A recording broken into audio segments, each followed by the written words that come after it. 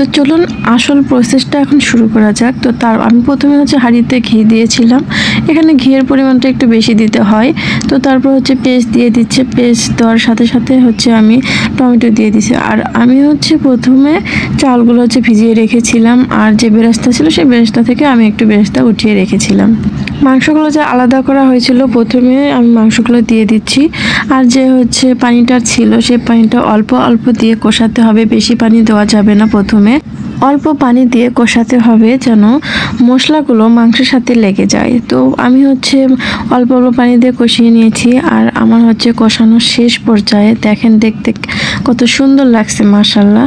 আর খেতে তো অবশ্যই ভালো হয়েছে, তা আপনারা অবশ্যই শেষে বুঝতে পারবেন খেতে কেমন হয়েছে। তো চলুন এবার হচ্ছে আমার কষানো শেষের দিকে আমি এখন চাল দিয়ে দিচ্ছি।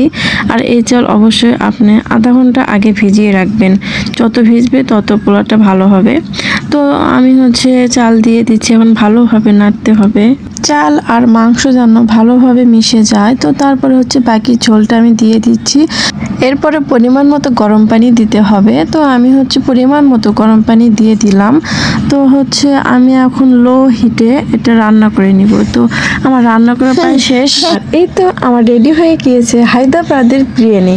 দেখতে অনেক সুন্দর লাগছে মাশাআল্লাহ, খেতেও অনেক ভালো হয়েছিল। তো আপনাদের কাছে আমার একটা রিকোয়েস্ট, অবশ্যই বাসায় ট্রাই করবেন। আর এই হায়দ্রাবাদের বিরিয়ানি প্রসেসটাও সহজ, অনেক কম সময় লাগে, খেতেও অনেক মজা। তো আপনাদের বাসায় যদি কোনো মেহমান আসে বা কোনো আত্মীয় স্বজন আসে, তো আপনারা হচ্ছে ঝটপট করে এই রান্নাটা করতে পারবেন। আমার এই প্রচেষ্টা যদি আপনারা একদম ফলো করেন তাহলে আমার মতনই হবে ইনশাআল্লাহ। তো আপনাদেরকে সবাইকে ধন্যবাদ আমার ভিডিওটি দেখার জন্য। অনেক দিন পর আমি ভিডিওটা শেয়ার করলাম আপনাদের সাথে। তো আপনারা সবাই ভালো থাকবেন, ধন্যবাদ, আল্লাহ হাফেজ। আমার জন্য বেশি বেশি দোয়া করবেন, সাবস্ক্রাইব করবেন, লাইক দিবেন, ফলো করবেন, আর হচ্ছে কমেন্ট করে জানাবেন যে আপনারা কে কে এই বিরিয়ানিটা খেয়েছেন।